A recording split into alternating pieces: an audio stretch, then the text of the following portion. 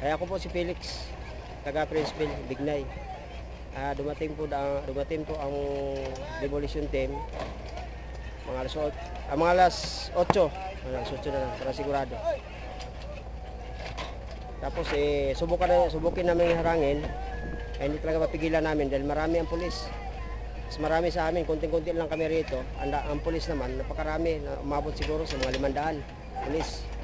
Plus demolition team, barangay tanod, mga volunteer.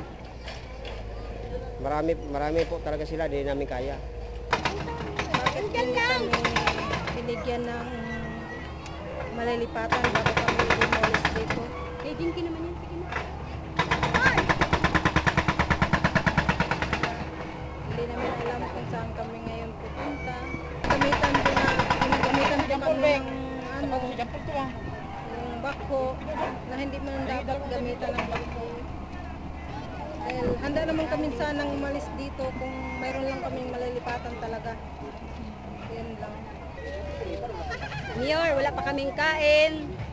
Para malaman nyo, tingnan nyo po ang kalagayan namin. Ngayon saan kami pupunta? Kawawa naman yung mga anak namin. Tapos nag-aaral pa, hindi tuloy naka-aral dahil sa nangyari ngayon. Maawa naman po kayo sa amin, relikit lang ang kailangan namin. Yun lang po, Mayor, maawa po kayo. Saan po yung trabaho namin, di na kami nakapag-concentrate. Saka yung mga anak namin, di na nakapag-eskwela dahil nga sa demolish. Lagi kami nangangamba.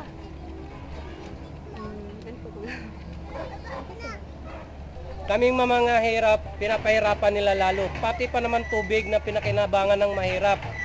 Sinira nila, giniba nila para hindi na namin pakinabangan ng mga mahirap. Diyan kami naliligo, diyan kami naglalaba, pero wala, ginawa nila. Tinakpan nila, binako.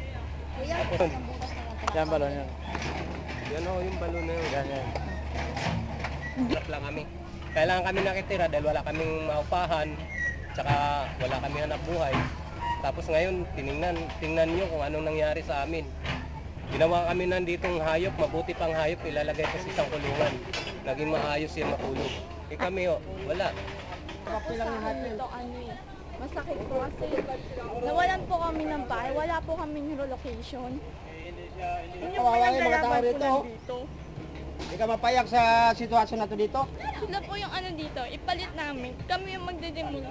Siguro pa ipaglalaban din po nila kasi wala silang matitirahan eh. Wala po silang awa sa mga kapwa Pilipino nila. Kaya di umuunod yung bansa natin.